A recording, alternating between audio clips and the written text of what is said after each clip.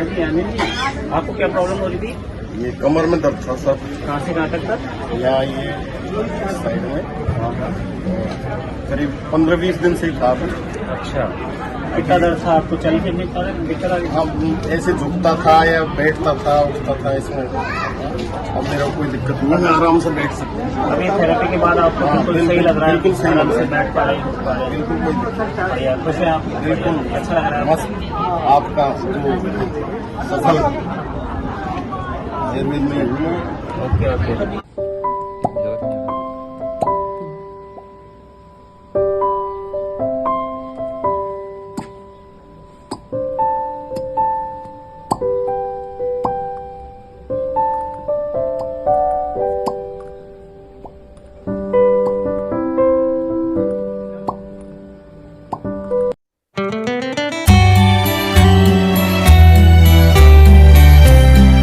दोस्तों नमस्कार, मैं हूं कवि प्रदीप पंवार। आप सबका चाय पे चर्चा में स्वागत है।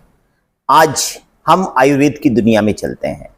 आयुर्वेद जो हमारा अपना वेद है, भारत की चिकित्सा पद्धति है, परंपरागत चिकित्सा पद्धति है और वर्षों से, सदियों से हमारे वेदों में वर्णित जो पद्धति है उसी का नाम आयुर्वेद है। जहां वेद है, क्योंकि हमारे प्रारंभ में माना गया कि वेद हमारी संस्कृति का आधार है, उसी में आयुर्वेद है। और भगवान धन्वंतरी का जन्म भगवान विष्णु के अवतार से आयुर्वेद को माना जाता है। आयुर्वेद के साथ बहुत सारी चिकित्सा पद्धतियां जुड़ी हुई। अब उस आयुर्वेद में हम आपको जिनसे मिलाने जा रहे हैं आज, वो आयुर्वेद भी जानते हैं और एक्यूपंक्चर भी जानते हैं। एक्यूपंक्चर का नाम सिर्फ सुना होगा आपने, जानते हैं, वो एक्यूपंक्चर के विशेषज्ञ हैं। और अभी जो है वर्तमान में वो हमारे राजकीय साधक चिकित्सालय में वो आयुर्वेद चिकित्सक के पद पर हैं। उनका नाम होता है डॉक्टर मनीष वर्मा, जो आयुर्वेद के साथ साथ एक्यूपंक्चर से भी लोगों का, हमारे जो भी उनके पास पेशेंट्स आते हैं उनका ट्रीटमेंट करते हैं। आइए आज उनसे मुलाकात करके जानते हैं कि इस क्षेत्र में काम करने का जो उनका अनुभव है वह किस प्रकार का है और वह कैसे समाज का उपयोगी हो सकता है या चिकित्सा के क्षेत्र में किस तरह क्रांति ला सकता है। तो आयुर्वेद की क्रांति को लेकर के चलने वाले डॉक्टर मनीष वर्मा जी से आज मिलते हैं और जानते हैं सारी बातें जो आपके लिए भी उपयोगी हैं और समाज के लिए उपयोगी हैं। चाय पे चर्चा में आपका स्वागत है। बिल्कुल सर, बहुत बहुत धन्यवाद। आप आयुर्वेद के क्षेत्र में काम कर रहे हैं कि आयुर्वेद चिकित्सा पद्धति का जो है आधार और उद्देश्य क्या है? एक्चुअल में आयुर्वेद प्रकृति ही आयुर्वेद का आधार है। और आयुर्वेद शब्द आयु प्लस वेद, आयु का जो वेद है, मतलब आयुर्वेद का जो ज्ञान है, आयुर्वेद का जो अध्ययन है, जिसके तहत ये अध्ययन किया जाता है कि पूरे, जैसे हमें 100 साल जीना है तो हमें 100 साल कैसे हमारे रहने चाहिए, वो आयुर्वेद है। और आयुर्वेद का जो उद्देश्य है वो है कि एक श्लोक की लाइन पे वो डिपेंड है, स्वस्थस्य स्वास्थ्य रक्षणम आतुरस्य विकार प्रशमनम। मतलब स्वस्थ व्यक्ति के स्वास्थ्य की रक्षा होती रहे, स्वस्थ व्यक्ति स्वस्थ रहे और जो आतुर, जो बीमार हो चुके हैं वो पूरी तरह स्वस्थ हो जाए, उनकी जो रोग है उसका शमन कर दिया जाए। एक मरीज ये फैसला कैसे करे कि उसे इस चिकित्सा पद्धति को अपनाना चाहिए? मतलब क्या है कि जैसे आपातकालीन कंडीशंस जो भी होती हैं, इमरजेंसी जो भी कंडीशंस होती है, उसमें एलोपैथी में दिखाएं, ठीक है, जा सकते हैं, एलोपैथी में जा सकते हैं। बट जहाँ पे आपातकालीन कंडीशंस नहीं है, जहाँ पे कि कोई इमरजेंसी नहीं है, वहाँ एक बार आप आयुर्वेद में आएंगे तो वो बेटर रहेगा, बहुत ज़्यादा बेटर रहेगा। क्योंकि आयुर्वेद की जो मेडिसिन या औषधियाँ होती है वो नेचर पे डिपेंड करती है, नेचर से ही मिलती है और हमारा शरीर भी नेचुरल होता है जी। तो नेचुरल चीज़ नेचुरल को बहुत बेहद पसंद करती है। तो जैसे ही हमारी इम्यूनिटी, उससे हमारी इम्यूनिटी कम नहीं होगी, उससे हमारी इम्यूनिटी बढ़ती है आयुर्वेद का ट्रीटमेंट लेने से। जबकि हम अगर बार बार एलोपैथी ट्रीटमेंट्स को हम लेते हैं या बार बार अंग्रेजी दवाइयों का हम सेवन करते हैं तो हमारा शरीर एक तरह से, हमारी इम्यूनिटी, जो हमारी रोग प्रतिरोधक क्षमता है वो कम होती जाती है। इसलिए और ये बच्चों को भी जो सिंपल डिजीज़ है तो उनमें आयुर्वेद में दिखाएंगे तो ज़्यादा बेस्ट रहेगा। चीन में जो परंपरागत चिकित्सा पद्धति और आधुनिक विज्ञान दोनों मिलकर काम कर रहे हैं, हाँ, हमारे यहाँ की क्या संभावना है इस बारे में?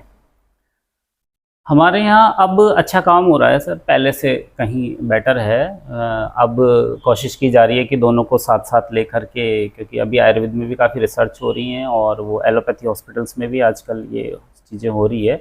चाइना ने तो बहुत बेटर काम इस पे किया, उन्होंने तो कोरोना में भी साथ रखा, हम लोग भी कोरोना में साथ आए, जैसे काढ़ा वगैरह का सेवन लोगों ने काफ़ी किया। मैंने भी कोरोना में कई लोग को मेडिसिन, जो एलोपैथी मेडिसिन के साथ ही आयुर्वेद मेडिसिन दी, तो उसका भी मेरे को बहुत बेनिफिट हुआ कि जिन लोगों को दी गई उनमें दो फायदे, एक तो वो बहुत जल्दी रिकवर कर गए, दूसरा वो किसी क्रिटिकल स्थिति में नहीं गए। उनमें से जितना को भी मैंने दवाई दी थी उनकी एलोपैथी दवाई चल रही थी, उसके साथ ही ये दवाई दी गई, और उसके बाद जब वो ठीक हो गए तो उसके बाद उनको कोई भी साइड इफ़ेक्ट्स भी नहीं हुए। तब कि कोरोना के बहुत ज़्यादा साइड इफ़ेक्ट्स लोगों को हुए, बाद तक भी लोग बाग बहुत ज़्यादा परेशान रहे हैं या बहुत सारी बीमारियां होती रही। ऐसा कहा जाता है कि जो भारतीय चिकित्सा पद्धति है उसमें जड़ी बूटी धीरे धीरे काम करती है और उसके साइड इफेक्ट नहीं होते, इस बारे में आप क्या कहेंगे? प्रदीप सर, ऐसा बिल्कुल भी नहीं है। हमारी बहुत सारी रोगों पे डिपेंड करता है और सही डायग्नोस पे भी डिपेंड करता है, वरना आयुर्वेद दवाई भी बहुत फास्ट स्पीड से कार्य करती है। एक्चुअल में क्या होता है, रियलिटी ये है कि हमारे पास कोई पेशेंट आता है तो हम उसको बोलते हैं कि हम तुम्हारी जो मेडिसिन चलेगी वो 6 मंथ चलेगी या 3 मंथ चलेगी या उसकी 1 ईयर चलेगी। एलोपैथी में उनको बोला ही नहीं जाता कि आपकी मेडिसिन कितने दिन चलेगी, तो वो खाते रहते हैं। कई पेशेंट्स हमारे पास आते हैं, सर 10 साल से मैं टैबलेट ले रहा हूँ, 5 साल से मैं टैबलेट ले रहा हूँ, क्योंकि हमारा तो एक टाइम पीरियड के बाद ख़त्म हो जाता है ट्रीटमेंट। हम ये उसको ये नहीं कि हम पूरे लाइफ भर, हम किसी पेशेंट को नहीं बोलते कि हम पूरी ज़िंदगी भर आपको दवाई देंगे। तो और फिर ऐसी फास्ट मेडिसिन भी काफ़ी है, जैसे कि मैं बताऊँ आपको, आयुर्वेद में कहीं पे भी ऐसी दवाई नहीं होगी जैसे कि आप चाहें कि आपको अभी मोशन आए और आप चाहें कि मुझे इतने मोशन आए और उसके बाद मैं चाहूँ कि मेरा मोशन बंद हो जाए। ऐसी दवाई आपको कहीं नहीं मिलेगी, लेकिन आयुर्वेद में ऐसी दवाई आती है और कोई भी उसको करके देख सकता है। अच्छा है। हाँ बिल्कुल, आप इच्छावेदी नाम से, उसका नाम ही इच्छावेदी है। आप इच्छावेदी की एक टैबलेट लीजिए, आप उसके बाद जितना भी ठंडा पानी पियेंगे उतने ही मोशंस आपको आएंगे। अच्छा। जितनी बार भी आप ठंडा पानी पियेंगे उतने मोशंस आपको 5 बार जाना है, 3 बार जाना है। और जैसे आपको रोकना है कि यार अब मैं बहुत जा चुका हूँ, अब मेरे को नहीं जाना है, तो आप गर्म पानी पीजिए, आपका मोशंस वहीं रुक जाएंगे। आप ये करके देख सकते हैं, कोई भी करके देख सकता है।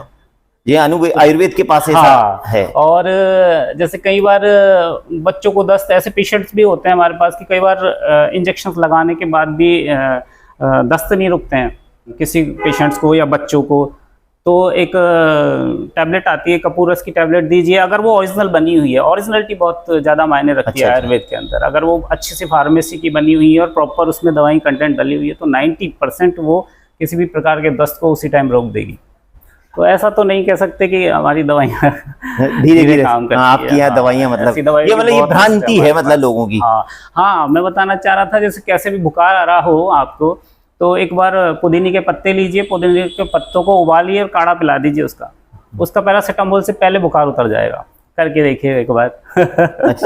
अच्छा ऐसा है। हाँ, तो ऐसी आयुर्वेद मेडिसिन जो हर्बल चीजें, इनमें बहुत दम होती है। अच्छा, ये मतलब भ्रांति है कि ऐसा होता है धीरे धीरे असर के, मतलब काफी दवाइयां हैं जो बहुत फास्ट काम करती है, बहुत सारी दवाइयां बहुत फास्ट। अच्छा, एक ये कि हमारे यहाँ पहले मरीज एलोपैथी में जाता है, फिर वो दूसरी भारतीय चिकित्सा पद्धतियों में आता है, तो अगर वो पहले ही भारतीय चिकित्सा पद्धति अपना ले तो उसको क्या उसके रिजल्ट रहेंगे? उसके रिजल्ट ये रहेंगे कि जैसे पहले, अभी हम पुराने टाइम में जाएं, हमसे 50 साल पहले के टाइम में जाएं अगर हम, तो हॉस्पिटल्स बहुत कम हुआ करते थे, लोग हॉस्पिटल बहुत कम जाया करते थे। आप खुद भी अभी इस में, आप बचपन में कितने बार हॉस्पिटल गए, नहीं जाते होंगे। जबकि आज के बच्चों को आप उठा के देखिए कितनी बार हॉस्पिटल्स जाते हैं वो। रियल में क्या हो रहा है कि पहले लोग नेचुरल दवाइयों का इस्तेमाल करते थे, काढ़ा पी लिया, ये पी लिया, वो पी लिया, घर की बनाई दवाई ले ली, या किसी आयुर्वेद डॉक्टर को दिखा लिया, या कोई वैद्य जी से दवाई ले ली, तो उससे क्या शरीर की इम्यूनिटी बनी रहती थी। अभी क्या होता है, छोटे से बच्चे को ही एंटीबायोटिक्स दी जाती है और स्टेरॉइड्स का सेवन करा दिया जाता है, तो फिर उसको हायर मेडिसिन चाहिए होती है, क्योंकि उसकी इम्यूनिटी एक्चुअल में डाउन होती जाती है। उस इम्यूनिटी पे तो काम होता नहीं है, और तो इसलिए अगर शुरू से ही ये प्रोसेस किया जाए तो उसको बहुत ही कम इलाज के लिए जाने की ज़रूरत पड़ेगी, क्योंकि उसके शरीर की क्षमता बनी रहेगी तो अपने आप ही। बाकी हमें दवाइयाँ ठीक नहीं करती, हमें हमारी शरीर की क्षमता ठीक करती है। आप एक्यूपंक्चर से भी डॉक्टर साहब इलाज करते हैं? हाँ जी, हाँ जी। ये एक्यूपंक्चर है क्या? हाँ, एक्यूपंक्चर हमारे शास्त्र में विद्य कर्म के नाम से इसका महर्षि सुश्रुत ने बहुत पहले इस चीज़ को दे दिया था, लेकिन हम लोग उसको हिंदुस्तान में वो डेवलप नहीं कर पाए, लेकिन चाइना ने इसको बहुत अच्छे से डेवलप किया उन्होंने, और आज पूरे वर्ल्ड वाइड ये बहुत अच्छे से काम कर रहा है। क्योंकि ये क्या, नर्वस सिस्टम की जो डिजीज़ें होती हैं उनमें बहुत ही बेहतर काम करता है ये। एक्चुअल में क्या होता है, वो भी एक नेचुरल प्रोसेस है पूरा ट्रीटमेंट का। हाँ, जैसे क्या होता है कि हमारी कोई हड्डी टूट जाती है तो हमारा शरीर उसको सही करता है, वो अपने आप हड्डी जोड़ती है। ऐसे ही हमारे शरीर में कोई रोग हो जाता है तो शरीर पहले यही कोशिश करता है कि मैं खुद इसको ठीक कर लूँ, और वो पूरी कोशिश करता है। अगर उसके अंदर इतनी इम्यूनिटी पावर जो होती है वो वहाँ पे काम करती है, अगर उसके होती है तो वो आधी बीमारियों को वहीं ठीक कर देता है। लेकिन जब इम्यूनिटी उसकी कम पड़ जाती है तो वो ठीक नहीं कर पाता, और फिर बाहर से दवाइयाँ वगैरह हमको लेनी पड़ती है।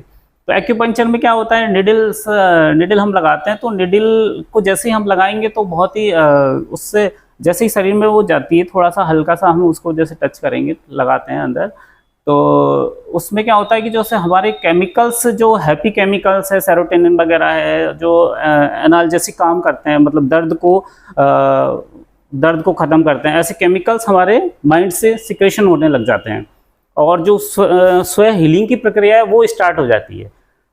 जैसे कि शरीर को ये मैसेज मिलता है कि भाई मुझे इसको यहाँ पे कुछ प्रॉब्लम है, मुझे ये ठीक करना है, तो वो प्रोसेस इसलिए शरीर से वो चीज़ होती है एक्यूपंक्चर से। हाँ, एक्यूपंक्चर यानी नर्व सिस्टम है उसके जितने भी हैं कोई बीमारियां, हाँ, उनको एक्यूपंक्चर ठीक कर। आपने एक्यूपंक्चर कहाँ से सीखा है? मैंने एक्यूपंक्चर सर हमारे दिल्ली में है, doctor Raman Kapoor acupuncture clinic है, वो पद्मश्री अवार्डेड है इसी एक्यूपंक्चर में। तो सुनीता मैडम उनकी मिसेज है, दोनों एलोपैथी डॉक्टर है एक्चुअल में, लेकिन उन्होंने सारा काम वो चाइना से सीख के आए, और सारा काम उन्होंने इतने अच्छे से यहाँ डेवलप किया कि उनको पद्मश्री दिया गया। उनके यहाँ से मैंने इसका पूरा कोर्स किया हुआ है। तो एक्यूपंक्चर से ऐसी कौन सी विशेष बीमारियां हैं जिन्हें आप ठीक कर देते हैं? एक्यूपंक्चर का मैं पहले आयुर्वेद से भी मेडिसिन देते थे, हम लोग करते हैं, अभी भी देते हैं, और एक्यूप्रेशर से भी मैंने करने की कोशिश करी, लेकिन मुझे लगा कि वहाँ पे कुछ कमियां हैं और ज़्यादा, क्योंकि फिर क्या है कि अगर ये रोग ठीक नहीं होते तो इनको फिर सर्जरी पे जाना पड़ता है, और नर्व की डिजीज़ में सर्जरी कराना बहुत बेहद ही रिस्की भी होता है, और कई सारे कॉम्प्लिकेशंस भी उसमें होने की संभावना रहती है। तो अगर थोड़ी बहुत प्रॉब्लम है तो क्यों ही सर्जरी कराई जाए, उस वजह से मेरा ये सीखने का कारण रहा। तो इस वजह से जैसे डिस्क की आजकल बहुत बेहद ज़्यादा सर्वाइकल प्रॉब्लम्स हो रही है, लोग बहुत ज़्यादा मोबाइल चलाने की वजह से, या बहुत ज़्यादा स्क्रीन के आगे बैठे रहते हैं, और लैपटॉप चलाते हैं। हाँ, फिजिकल एक्टिविटीज़ भी आजकल बेहद कम हो गई है, और फिर जब बहुत ज़्यादा सिटिंग है तो डिस्क प्रॉब्लम्स हो जाती है, स्पाइन की प्रॉब्लम हो जाती है। तो उन चीज़ों में ये बहुत बेहद और बहुत फास्ट काम करता है। किसी के तो विदिन 1-2 थेरेपी में इससे रिलीफ हो जाता है। आयुर्वेद जो है वो ऐसी कौन सी बीमारियां हैं जिसमें सबसे बेहतर काम करता है? कि अगर इमरजेंसी कंडीशंस नहीं है तो हर चीज़ में ही ये काम करेगा। कभी भी इमरजेंसी कंडीशंस नहीं है तो हमारी इम्यूनिटी को ये, जैसे स्किन डिजीजेज है, स्किन डिजीज में इसके बहुत बेहतर काम है। पेट की बीमारियां हो गई, जैसे कि भूख नहीं लग रही है या पेट साफ नहीं हो रहा है, तो ये हम बजाय और दूसरी दवाइयों के इनको करेंगे तो ये क्या नेचुरल दवाइयों का इसमें अगर हम यूज़ करेंगे तो वो हमारी बॉडी को, हमारे शरीर को ज़्यादा पसंद आती है वो एक्चुअल में, क्योंकि वो केमिकल बेस्ड नहीं है। अगर हर्बल बेस्ड लेते हैं हम तो उससे क्या हमारी जो है शरीर की क्षमताएं कम नहीं होती उससे। और लीवर की डिजीजेज हुई उसमें हम बेहतरीन काम करेंगे। जैसे अब हार्ट के लिए है तो हार्ट के लिए अर्जुन छाल आती है, अर्जुन छाल का सेवन अगर स्टार्टिंग से ही किया जाए तो हार्ट की आधी समस्याएं तो लगभग मतलब उसको सपोर्ट तो हमेशा रहेगा कि एक मेडिसिन आपकी चल रही है, उसका कोई नुकसान भी नहीं है। तो जो हार्ट की बीमारियां होती हैं उसमें जैसे हो ही जाएगी किसी को, उसके बाद उसमें आयुर्वेद इफेक्टिव होता है? हाँ, उसके बाद भी आयुर्वेद इफेक्टिव होता है। अगर आयुर्वेद का उसके साथ हम हार्ट की ताकत बनी रहती है एकदम, हार्ट की जब पावर बनी रहेगी तो आगे बहुत ज़्यादा प्रॉब्लम्स होने की संभावनाएं कम हो जाती है, कि अटैक वगैरह की संभावनाएं, वो सब अगर हम स्टार्टिंग में जैसे किसी को प्रॉब्लम हो गई वहीं से स्टार्ट कर दें। एलोपैथी दवा साथ में आप ले सकते हो, जैसे किसी को अगर ज़्यादा इमरजेंसी कंडीशन है ऐसी है, और उनके साथ अगर ये चीज़ें कुछ लेंगे हम तो उसके हमें बहुत बेनिफिट रहेंगे। आजकल किडनी की बीमारियां हैं, हाँ, ये बहुत हो रही हैं। इस संबंध में क्या कहना चाहेंगे आप? किडनी की बीमारियां और किडनी की बीमारियां हैं और डायबिटीज़ है, ये दोनों ही आजकल बहुत ज़्यादा हो रही है। तो किडनी की बीमारियों का तो यही रीज़न तो कि बहुत ज़्यादा केमिकल का जब सेवन किया जाता है या बहुत ज़्यादा लॉन्ग टाइम तक मेडिसिन खाई जाती है किसी की भी, तो वो किडनी को नुकसान पहुंचाती है। तो जैसे हर्बल मेडिसिन में हर्बल हम देते हैं तो हर्बल कोई भी नुकसान वाला बात ही नहीं है। कुछ भी आप त्रिफला खा रहे हो, आप आंवला हरड़ बहेड़ा खा रहे हो, आप अर्जुन छाल खा रहे हो, वो क्या ही नुकसान करेगी आपके। ऐसी चीज़ें कुछ नुकसान नहीं करती हैं। जैसे कि आयुर्वेद में कुछ जैसे भस्मों की दवाइयाँ बनी रहती है, तो वहाँ पे क्या होता है कि बहुत अच्छी कंपनी की वो होनी चाहिए। कई बार अगर उनको बनाने में कुछ त्रुटि रह जाती है तो वो नुकसान हल्का सा वो कर सकती है। अगर वो भी बहुत लॉन्ग टाइम आप खाते हो तब वो नुकसान करेगी, नहीं तो वो भी नहीं करेगी। लेकिन वो भी अगर अच्छी उसकी बनी हुई है और प्रॉपर एक किसी अच्छे डॉक्टर के साथ दी गई है तो कोई उसमें समस्या नहीं होती है। जितने भी डॉक्टर्स होते हैं वो क्या है कि खुद के स्वास्थ्य पे ध्यान नहीं दे पाते। हाँ, इस बारे में उसका जो बोझ है, उसका पढ़ाई का बोझ है, क्योंकि एक डॉक्टर को जीवन भर पढ़ना पड़ता है। जैसे एक टीचर को हमेशा पढ़ना पड़ता है। उनके संबंध में आपको क्या कहेंगे उसको? उसमें हम तो हमारे स्वास्थ्य पे ध्यान देते हैं। हाँ, क्योंकि हमें तो पढ़ाया ही जाता है कि हम पढ़ते भी वही हैं कि हम थोड़ा सा नेचर से भी जुड़े रहते हैं, थोड़ा सा आध्यात्मिक भी हमारा आयुर्वेद में थोड़ा अध्यात्म भी आ जाता है। तो इसलिए हम तो इस पे स्वास्थ्य पे ध्यान देते हैं। लेकिन हाँ, जो नई जनरेशन्स हैं या जो डॉक्टर्स और हैं वो लोग इस चीज़ पे ध्यान नहीं देते। उनको पढ़ना पढ़ना पढ़ना, तो वो क्या है कि ज़्यादातर डॉक्टर्स को देखिए, अभी एक रिसर्च भी आई थी कि जो डॉक्टर्स की एज 10 साल कम बताई गई, उसमें जो डॉक्टर दूसरों का इलाज कर रहे हैं उनकी उम्र तो 10 साल कम हो गई है, और जो लोगों की उम्र ही 10 साल ज़्यादा है मतलब उनसे। इसका ये पेपर में आया हुआ था अभी। तो उन लोगों ने वो क्या कर रहे हैं, वो बिल्कुल अपने हेल्थ पे ध्यान नहीं है, अपने मन पे ध्यान नहीं है। हमारे आयुर्वेद में मन को और शरीर को दोनों को अलग अलग किया गया है कि शरीर की तो चिकित्सा, शरीर में कोई रोग हुआ तो उसके तो चलो दवाइयों से वो ठीक हो जाएगी, लेकिन मन की चिकित्सा के लिए हम क्या कर रहे हैं, सबसे बड़ी बात ये है। एक बच्चे को लेके आए थे, उसके गार्जियन लेके आए, मम्मी पापा, तो वो बच्चा था 20-22 साल का बच्चा होगा मुश्किल से। तो वो बोला कि मेरे के हर जगह पे पेन हो रहा है, हर जॉइंट में हर जगह पेन हो रहा है, और वो दिखने में बिल्कुल सही हेल्दी। मैंने कहा, और उससे जब उसको देखा तो उसका रूटीन बेहद ख़राब था। लेट नाइट सोना, सुबह लेट तक सोना, और वो उसको खुशी नाम की चीज़ उस बच्चे में कहीं नहीं दिख रही थी। जबकि ये उम्र जो होती है ये तो खुशी से अभी खुश नहीं रहे तो आप पूरे जीवन में क्या खुश रहेंगे। तो मेरे को पता था इसको ज़्यादा बीमारियां तो मन से है, इसके शरीर से तो अभी क्या ही 20 साल की उम्र में क्या ही इसको होने वाला है, क्योंकि उसकी जब डायग्नोस्टिक रिपोर्ट से सारी नॉर्मल है और वैसे भी वो नॉर्मल था सारा कुछ। तो उससे पूछा कि अच्छा दिन भर में कोई एक्टिविटी ऐसी है क्या जो जिससे तुम्हें खुशी होती हो, जिसको करने में मन मज़ा आता हो कि यार अभी ये काम कर लेता हूँ। कुछ भी। मैंने कहा कुछ भी नहीं सर, ऐसी तो कुछ भी नहीं है। मैंने कहा कुछ म्यूज़िक सुनना पसंद है? नहीं, म्यूज़िक भी नहीं है। कुछ फिल्में देखना पसंद है? नहीं, वो भी नहीं है। हाँ, वीडियो गेम खेल लेता हूँ कभी, तो उसमें भी मेरे को तो कोई ज़्यादा मज़ा नहीं आता आजकल। दोस्तों के साथ रहना पसंद है, तो दोस्त ही नहीं है। मतलब ऐसी लाइफ हो गई आज की। जबकि वो बच्चा, मैंने उसका पूछा तो वो 90, 85, 90, 80 और 90 के परसेंट उसके मार्क्स आए अभी, और अभी भी टॉपर चल रहा था वो। और उसको डर क्या था, मैं क्या डर है, तो कि मेरे को ऐसा लग रहा है मैं फेल तो नहीं हो जाऊंगा। जो बच्चा टॉपर चल रहा है, मतलब मन और शरीर अलग अलग चल रहे हैं दोनों। तो यहाँ पे क्या हो रहा है कि मन उसका बीमार हो गया है तो वो शरीर का बीमार होना पक्का है। तो अगर उसके मन की चिकित्सा नहीं की गई, उसके मन को सही नहीं किया जाएगा, तो वो उसका शरीर भी बीमार रहेगा। उसके शरीर की चिकित्सा में कितनी दवाई दे दूँ वो ठीक नहीं होगा। उसकी साइकोलॉजी को ठीक करना पड़ेगा, तब वो अपने आप ठीक हो जाएगा। जो बच्चे नीट की तैयारी कर रहे हैं, हाँ जी, हाँ जी, विशेष रूप से, हाँ, और तो कर ही रहे हैं, IIT, जो नीट की IIT की तैयारी करते हैं, वो बच्चे पढ़ाई में लगे रहते हैं। और इस चक्कर में उनका पूरा स्वास्थ्य, जैसा आपने बताया, तो स्वास्थ्य उनका तबाह हो जाता। उन बच्चों को क्या कहना चाहोगे आप? देखिए, मैंने जो अनुभव किया है, तो पढ़ाई के लिए कभी भी इतना ज़्यादा 24 घंटे पढ़ने की आवश्यकता कभी नहीं होती है कि सिर्फ हम 6 घंटे सो रहे हैं, बाकी टाइम पढ़ना ही पढ़ना, उससे कभी, क्योंकि माइंड की हमारी एक कैपेसिटी होती है।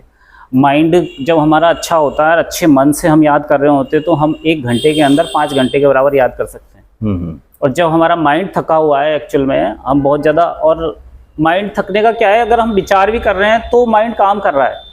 किसी सोच विचार में तो माइंड काम कर रहा है, चाहे उसको पढ़ रहे हैं चाहे हम सोच विचार कर रहे हैं, तो उसकी माइंड की लिमिट है, फिर उसकी वो कम होती जाती है क्षमताएं। तो उसको क्या है, जैसे हम 2-3 घंटे पढ़ लिए, फिर उसको माइंड को रिफ्रेश करना बहुत आवश्यक होता है। उसके लिए कुछ आउटडोर गेम्स खेलें तो बहुत ही बेस्ट है, आधा 1 घंटा खेल लें। अगर आउटडोर भी नहीं खेल पा रहे तो कुछ देर म्यूजिक सुन लें, कुछ गाना गा लें, किसी दोस्त से बात कर लें, घर पे बात कर लें, घर वालों के साथ बैठ जाएं, थोड़ा सा टाइम स्पेंड करें। वो चीज़ें करेंगे तो बहुत ही मतलब सबसे ज़रूरी है कि हम मन को खुश रख सकें, क्योंकि हम सेलेक्ट भी हो जाएंगे, लेकिन हम सेलेक्ट होके भी हम अगर दुखी रहने की आदत हो गई तो हम हमेशा दुखी रहेंगे, हम बड़े डॉक्टर बन के भी हम दुखी रहेंगे उसको तो वो फिर खुद बीमार, दुखी का मतलब है कि फिर बीमार, वो हमारे हिसाब से तो वो स्वस्थ ही नहीं है, आयुर्वेद के हिसाब से तो वो स्वस्थ कैटेगरी में ही नहीं आता है। तो उन्हें क्या करना चाहिए? जैसे कुछ अपना कोई जहाँ पे उनको एक्टिविटीज जिससे मजा आता हो, कोई भी आर्ट, जैसे कुछ भी जो उनकी सबका अपना अपना हॉबी उनकी जो हॉबी है, हाँ, म्यूजिक सुन सकते हैं, कुछ रीडिंग कर सकते हैं, बुक्स पढ़ सकते हैं अच्छी, किसी अपने दोस्त, खास दोस्त हैं उनसे बातें कर सकते हैं, कोई अच्छे आजकल कुछ अगर जैसे ऑनलाइन भी सुन रहे हैं तो कोई बहुत सारे अच्छे प्रवचन सुन सकते हैं, अच्छे मोटिवेटर हैं या अच्छे उनको सुन सकते हैं। तो हम थोड़ा सा टॉनिक हमें शरीर के साथ में, घर वाले भी क्या करते हैं सर, परिवार वाले सब शरीर पे तो ध्यान देते हैं, बच्चों को ये खिला दिया, वो खिला दिया, ये खिला दिया, पर यहाँ से उसको उसके कूड़ा भर रहे होते हैं तुम पढ़ नहीं रहे हो, तुम ये नहीं कर रहे हो, तुम ऐसे, तुम वैसे, तुम ऐसे नहीं करना चाहिए, तुम ऐसे पढ़ना चाहिए। तो यहाँ भी उसको अच्छे से भरना होता है। यहाँ अच्छा सा देंगे हम और यहाँ भी अच्छे से देंगे तो बच्चा बहुत अच्छा करेगा।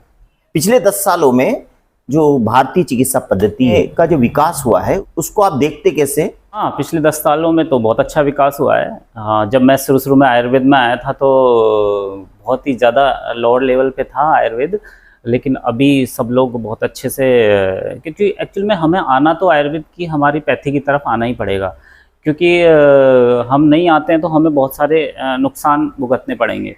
क्योंकि अभी क्या है, साइंस इतना तरक्की कर गया, सब कर गया, लेकिन फिर भी इतने लोगों को बीमारी क्या है। आज देखो आप, हर दूसरे पांचवें आदमी को डायबिटीज़ है और हर आदमी को, किसी को बीपी हो रहा है, किसी को क्यों हो रहा है। जब इतनी सारी सुविधाएं आ गई है, सारी चीज़ें आ गई हैं, तो इतनी बीमारियां क्यों बढ़ रही है?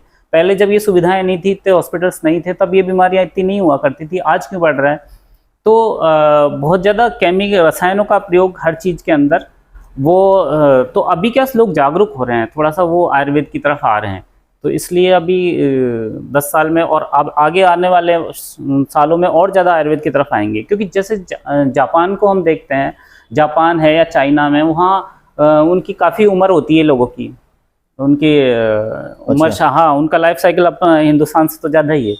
तो लेकिन उनकी जो खुशी का स्तर है वो भी ज़्यादा है, साथ में हैप्पीनेस में भी वो शायद जापान और ये कुछ हैं जो बहुत ज़्यादा हैप्पीनेस में आगे आते हैं, तो वहाँ उनकी उम्र भी आगे आती है।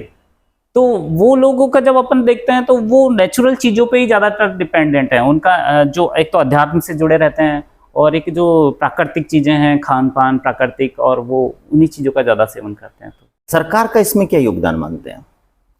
सरकार अब अच्छा विकास की तरफ है, थोड़ा रिसर्च वगैरह भी बढ़ी है, थोड़ा सा अनुसंधान भी बढ़ा है इसमें, थोड़ा सा अभी थोड़ा खर्च, मतलब थोड़ा फंड भी अभी सरकार थोड़ा ज़्यादा दे रही है, लेकिन अभी सरकार को बहुत कुछ करने की ज़रूरत है। आजकल सबसे ज़्यादा समस्या मोटापे की है और डायबिटीज़ की है, बहुत सारे ऐसे रोग हैं जो होते हैं। इसमें घरेलू उपचार क्या हो सकता है जिससे कि इससे बचा रह सके? दोनों ही बीमारियां एक दूसरे की पूरक ही है। मोटापा होता है तो डायबिटीज़ की तरफ वो बढ़ ही जाता है। तो घरेलू हमारे पास बहुत अच्छी इसमें मेडिसिन होती हैं, जैसे कि मोटापे के लिए हम जीरा है, मेथी दाना है, अजवाइन है और सौंफ है। थोड़ा सा तवे पे थोड़ा सा गरम, हल्का सा गरम करके रोस्टेड करके इनका पाउडर बना करके खाना खाने के बाद में आधा चम्मच पाउडर सुबह लीजिए, आधा चम्मच पाउडर शाम को लीजिए, और फिर देखिए वज़न कम नहीं होता है, थोड़ा से गर्म पानी के साथ ले लीजिए, तो आप वज़न बढ़ेगा भी नहीं और वज़न कम भी होगा। साथ के साथ और चीज़ें तो जो करनी है, लेकिन ये आपको इफ़ेक्ट बहुत अच्छा, और जबकि ये घरेलू है सारी की चीज़ें, ये करेंगे तो बहुत सारी चीज़ें सही रहेंगी। ऐसे ही हमारे लीवर को हम बहुत सही रख सकते हैं कि लीवर के लिए भी, जैसे लीवर क्या आजकल हम खान पान बहुत ही ज़्यादा ऐसा खाना है कि बाहर भी खाते हैं बहुत ज़्यादा, या फास्ट फूड वगैरह का सेवन बहुत ज़्यादा करते हैं। तो जैसे एक भूमि आंवलकी का उपयोग हम कर सकते हैं, मकोए का उपयोग कर सकते हैं। भूमि आंवलकी का जो चूर्ण बनाइए, एक ला करके हम पीस करके उसका चूर्ण बनाते हैं, और भूखे पेट चूर्ण ले ली तो लीवर में जो जितना भी कुछ खाएं वो सारा उसका टॉक्सिन्स उसका साफ हो जाएगा, सारा उसका टॉक्सिन्स निकल जाता है। उसके डायबिटीज़ के लिए आपने बताया, तो डायबिटीज़ में हम क्या है कि जैसे कुट की चिरायता का हम सेवन अगर एक टाइम से करने लग जाएं तो हमारा लीवर भी दुरुस्त रहता है, और एक महासुदर्शन चूर्ण, अगर ये दोनों चीज़ें हम सेवन करेंगे तो शुगर का जो लेवल है वो कभी भी नहीं बढ़ेगा। नहीं तो अभी क्या होता है कि एक गोली से स्टार्ट होता है, फिर अगली बार सुबह शाम लेनी पड़ती है, फिर आगे इंसुलिन पे पहुंच जाता है। लेकिन अगर इन्हीं के साथ में हम ये दो चीज़ों का अगर सेवन कर लें तो हमें हो सकता है हमारी एक ही गोली से हमारा काम चलता रहे, या हो सकता है हट भी जाए। कई शुगर डायबिटीज़ जो है कई बार ठीक भी होती है। अर्जुन छाल का सेवन हम करते रहें, बच्चों को क्या बड़ों को भी बहुत ज़्यादा नींद नहीं आने की शिकायतें हैं आजकल लोगों को, स्ट्रेस इतना हो गया है बहुत, और रूटीन भी ऐसा हो गया है तो स्ट्रेस रहता है। तो उसमें हम ब्राह्मी, शंखपुष्पी और जठामांसी और बचा, इन चारों चीज़ों का हम मिक्स करके हम पाउडर मिक्स कर लें, और इनका पाउडर मिक्स करके इसमें थोड़ी प्रबाल पिष्टी या मुक्ता पिष्टी या ये चीज़ें हम इसमें मिला कर रख दें, तो इसको हम अगर ले लें, इसको आधा चम्मच सुबह शाम भी ले सकते हैं, ज़्यादा प्रॉब्लम तो उसको बहुत अच्छे से नींद आएगी, और ब्रेन अपने आप ही एक थोड़े दिनों बाद ब्रेन एक अलग लेवल से मेमोरी भी बढ़ जाएगी। यंग एज अश्वगंधा है, शतावरी है, गोक्षुर है और कोच बीज का चूर्ण है, इनका एक चूर्ण मिक्स करके और आधा चम्मच वो टॉनिक के रूप में लेते रहें, तो उनको जो है उनका एकदम जो यंग हैं वो यंग ही बने रहेंगे। अच्छा, इस तरह से इन चीज़ों को हम रखेंगे तो बहुत अच्छा इफेक्ट होगा। धन्यवाद डॉक्टर साहब। हमारे साथ रहे डॉक्टर मनीष वर्मा जी, जो आयुर्वेद चिकित्सक हैं, उसके साथ ही एक्यूपंक्चर को भी जानते हैं। इन्होंने बताया, बहुत सारी जानकारी आपको दी, और फिर भी कोई जानकारी चाहिए तो आप आयुर्वेद के साथ मिल सकते हैं, आयुर्वेद के बारे में जान सकते हैं और अपने जो जीवन है उसको सुखमय बना सकते हैं। वैसे इन्होंने बताया कि तन और मन, सबसे पहले मन को ठीक कीजिए। गमों की आंच पे आंसू उबाल कर देखो, रंग निखरेंगे किसी पे डाल कर देखो, तुम्हारे दिल की चुभन भी जरूर कम होगी, किसी के पांव से कांटा निकाल कर देखो। ये जो भावना है हमारी, जब हम खुशियां देने निकलते हैं तो खुशियां मिलती है, जब हम खुश रहना सीख जाते हैं तो हम स्वस्थ हो जाते हैं। ऐसा आयुर्वेद कहता है कि आप प्रसन्न रहिए और खुशियां जो है प्राप्त करने का प्रयास कीजिए। प्राप्त ऐसे करने का प्रयास यही है कि आप जहां जाएं आप हंसें, मस्त रहें, स्वस्थ रहें, तो आपका जीवन सफल हो जाएगा। और अगर आपको कोई बीमारी हो जाती है, आपको लगता है कि आप कोई जानकारी प्राप्त करना चाहते हैं, तो आप डॉक्टर मनीष जी वर्मा से भी मिल सकते हैं। ये हमारे यहाँ सादत अस्पताल में ही आयुर्वेद चिकित्सक हैं। इसके साथ ये आयुर्वेद और एक्यूपंक्चर दोनों से लोगों का इलाज करते हैं। इनको बहुत बहुत धन्यवाद। आप देखते रहे चाय पे चर्चा। जय हिंद, जय भारत। आपका भी बहुत बहुत धन्यवाद सर।